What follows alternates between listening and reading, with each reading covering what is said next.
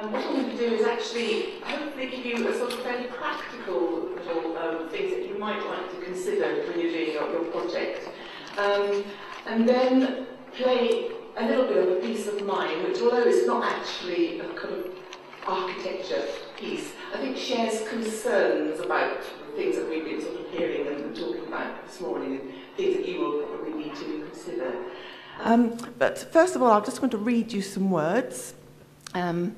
Rhythm, movement, texture, surface, colour, pattern, form, depth, proportion, thickness, thinness, harmony, cacophony, space, balance, weight, mass, perspective, angularity, curve, brightness, darkness.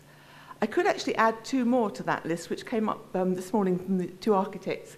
Somebody mentioned syncopation in relation to the visual aspect. Yes, that's you, wasn't it?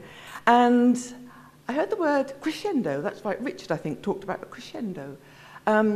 These are all words, obviously, there's a kind of common currency between not just our disciplines of music and architecture, but probably all the art, abstract art, literature, all the arts in a way, but particularly the kind of less narrative ones.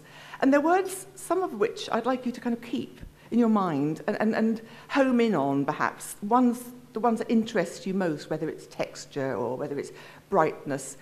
Because I think it's very important, when I talk about building blocks later, it'll come up again, to actually have fewer rather than more things to keep in your mind, because what you can come up with is something that's actually quite a mess if you try and put everything in.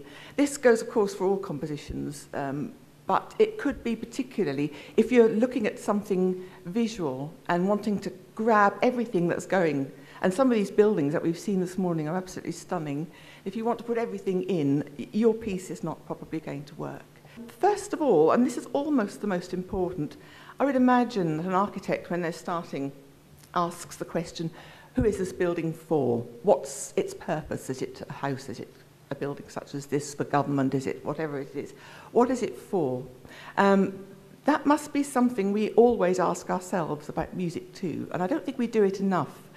What is this piece for? Not just who is it for, but what is the purpose of it? There is so much music in the world. Why do we need to add more to it? The next stage of that question is to say to yourself, what can I bring that is very different from stuff that's already there? We don't need music in the same way that we need places to live. You can argue with me about this, of course, but in fact, the sadness is that we don't actually need it quite in the same way, and there is already plenty. So what is it that you can bring? What is the point of you writing something? The overall shape, and I really think it's vital that all composers have an idea of the form, of the structure to start with. It's probably going to alter. They never do what you think you're going to do, but unless you sort of know where you think you might be going, then you're...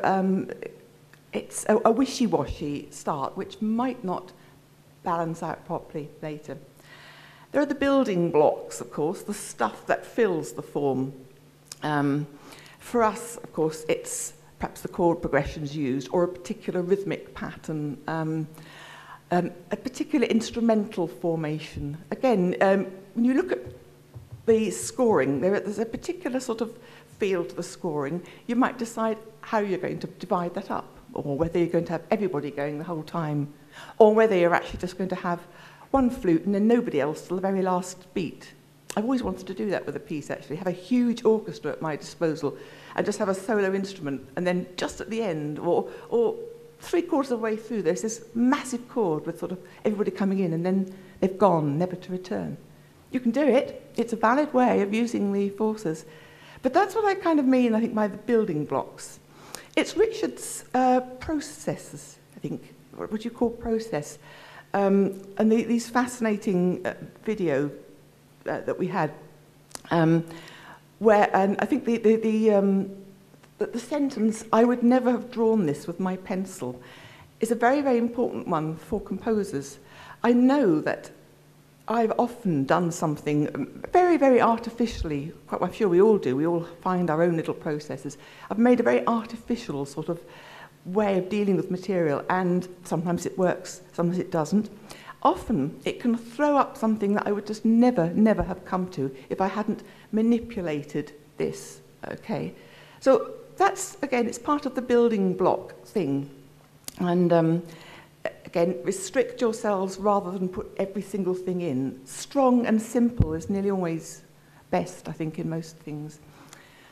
Thirdly, there's the journey through the space, really. Now, this is obviously a physical space. If we're talking about a piece of architecture, you actually can walk through it.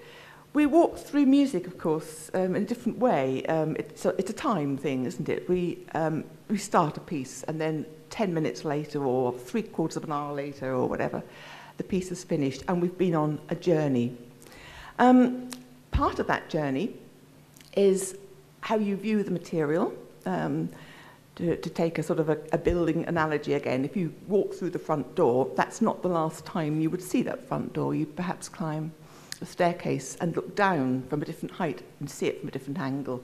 Or you look in from a window from outside and see only half of it. Now, this is all absolutely musical sort of theory as well, isn't it? You want to revisit your theme, perhaps, or an instrument or a rhythm. You look at it from another angle. Bert Whistle's trumpet concerto, Endless Parade, that's right. He thought of it as a little kind of procession around spaces in a town, and you would be walking out there and you would suddenly come across it from a completely different angle, and you go down another street and there would be just the tuba player finishing up, tailing off the procession. It's viewing things from a different angle all the time.